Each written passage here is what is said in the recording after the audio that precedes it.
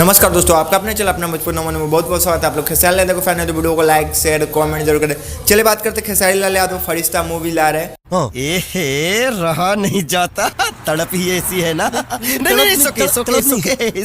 जो कि खेसारी लाल यादव का फरिश्ता मूवी कल रिलीज होने वाला है। मैं आप लोग को बता दूं, कल शाम को 6 बजे ये फिल्म चीज चैनल पे, आप टीवी चैनल पे, फिल्म चीज टीवी चैनल पे खेसारी लाल यादव का फरिश्ता मूवी देख सकते हैं। और साथ में रात को 9 बजे यूट्यूब चैनल पे रिलीज़ किया जाएगा। वेब म्यूजिक यूट्यूब चैनल पे रिलीज़ किया जाएगा। आप फिल्म चैनल पे नहीं देखेंगे तो वेब म्यूजिक यूट्यूब चैनल पे रात को 9 बजे कल यानी 23 सितंबर को कल देख सकते हैं। खेसारी लाल यादव का फुल मूवीज है, समझ रहे हो ना। जो कि खेसारी लाल यादव का कुछ अलग रोल है। आप लोग देखेंगे तो हाँ लगेगा क्या खेसारी लाल यादव ने मूवीज बनाया।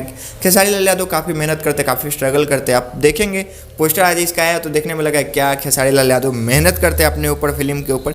बात तो सही है। दौड़ना तो पड़ता है।